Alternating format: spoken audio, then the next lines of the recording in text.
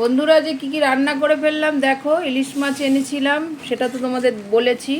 পার্শে মাছ ভেজে ফেললাম, পার্শে মাছ বেগুন দিয়ে করলাম।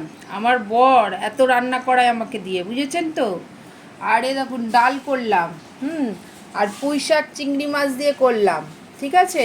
আলু ভাজা পোস্ত দিয়ে করলাম। আর মেন আজকের আকর্ষণ যেটা করলাম, ইলিশ মাছ।